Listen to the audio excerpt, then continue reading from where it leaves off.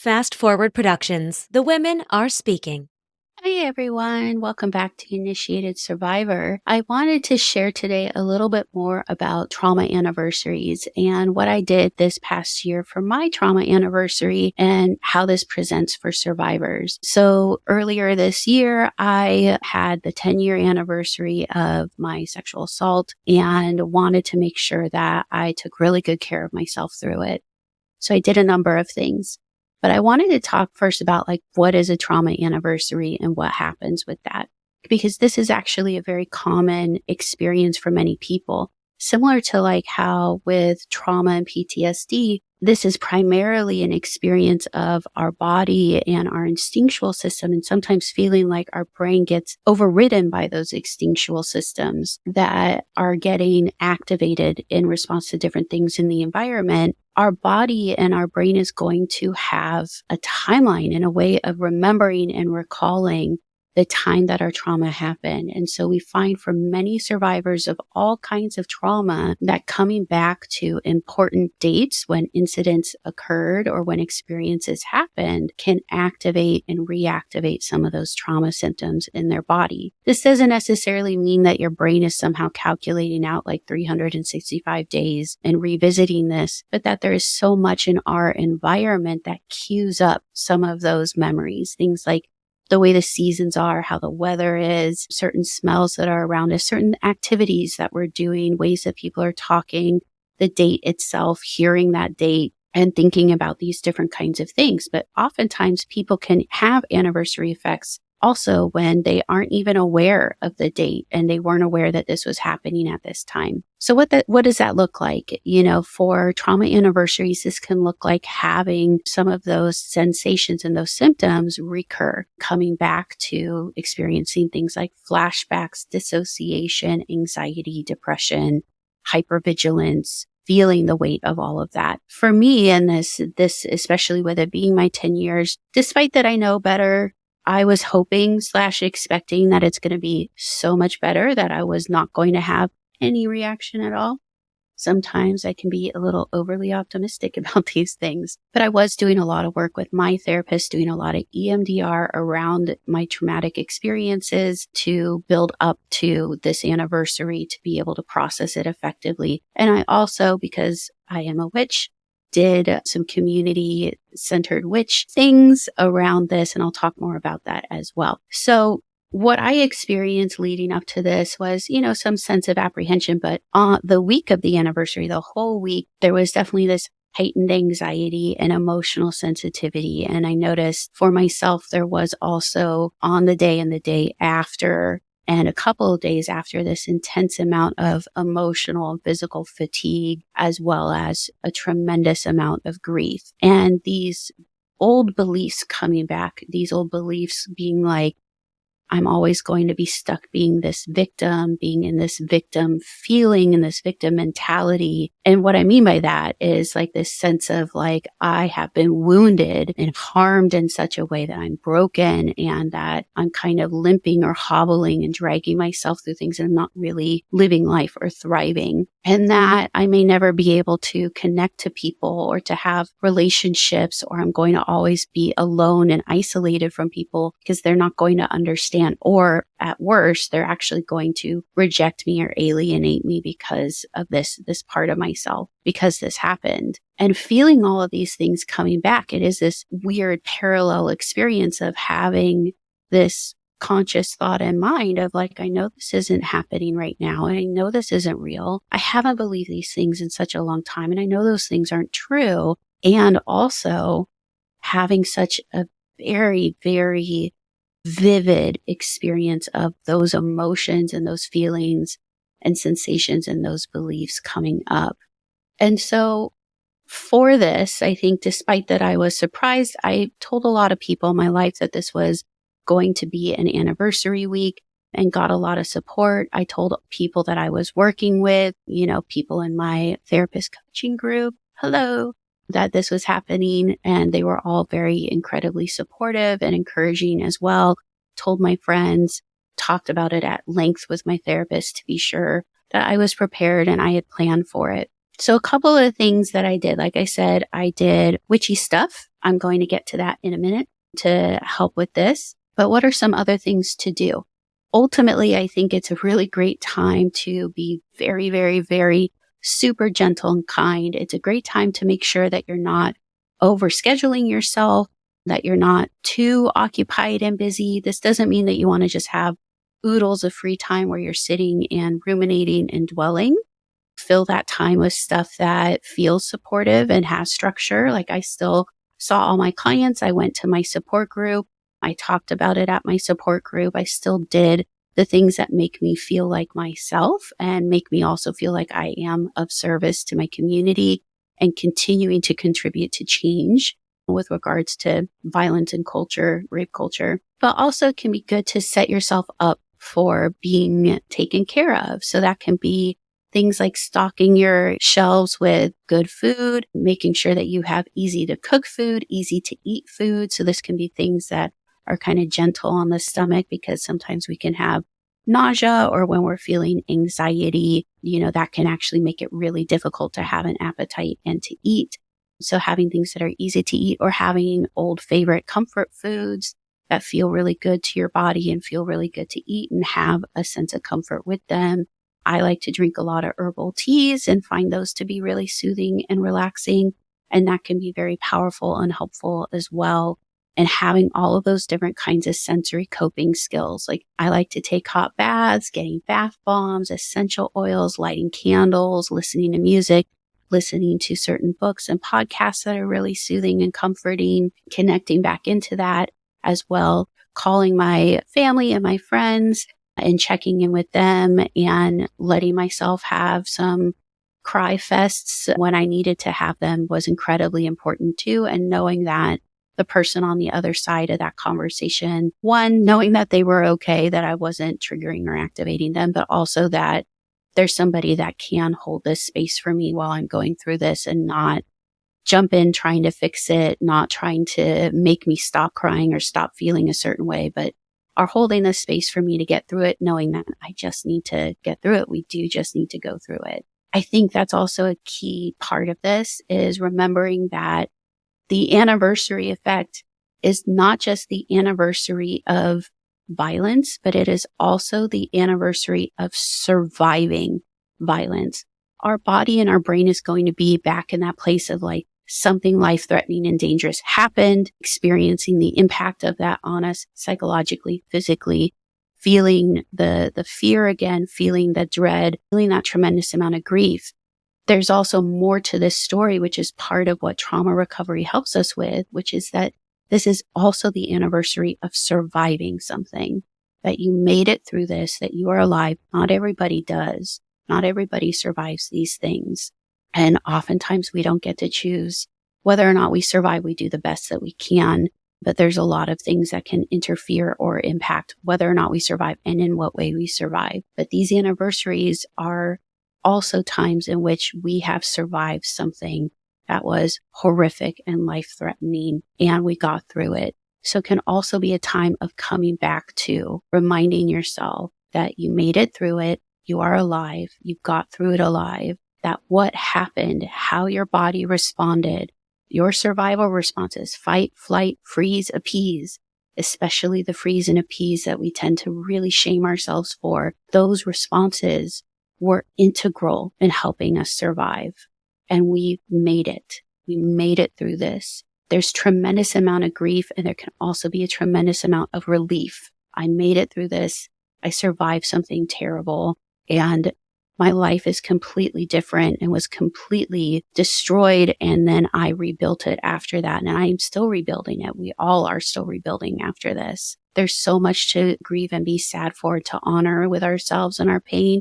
And there's also so much to hold with relief and pride about what we have rebuilt through this. So finding ways to hold that complete picture and see yourself through that complete picture can be really, really helpful. So doing something that also acknowledges this survival and this access to resources, whether that's like connecting with your therapist, with your support groups, with your community, sharing gratitude and gratitude practices for yourself, for your resources, for your supports that are out there, can really help with getting through and completing that picture, that not just something dangerous happened, but also survival happened as well. It can also be a good time to connect back into that fire that gets activated by that fight response, especially to fight back, push back, and to change things. And so it might be a great time to think about activism that you want to get involved with, causes you want to donate time, energy, or money to, things that you're wanting to speak out about, maybe educating people around you. If you're feeling up to it during that week, I definitely was not, but connecting with the support group was an incredible way of being able to be active and engaged during that. That can also be really helpful and very soothing and comforting during this. I think also it's important, just like what I did not do, but I highly recommend doing, is to hold space for that. We don't really know how it's going to feel until we are there. As much as, I was hoping for things to be okay and smooth and easy, that we're also holding space for that. It might not, and that's okay, with a lot of generosity and a lot of compassion. That having a hard time on our anniversary does not mean that we did not recover, does not mean that we're having a setback. It just means that our body and our brain remembers, our heart remembers this. And to a certain extent, for me, as painful as it was to get through that week, it was really meaningful to see that this is not something that I just brushed over. There's no part of me, no cell in my being that has just brushed over and moved on. That to me is actually important, because this is such a significant thing that it happened and I survived it and I recovered and I rebuilt. So with that, coming back to witchy things. I love talking about witchy things. I did not start off my journey in my life being witchy. This was something that actually happened as part of my trauma recovery and part of trying to reconnect to myself. And my ancestral roots are with Celtic and Germanic paganism and Norse paganism and Scottish Druidism. And so connecting to those roots also felt like returning to some ancestral lineage that was really key and important to me.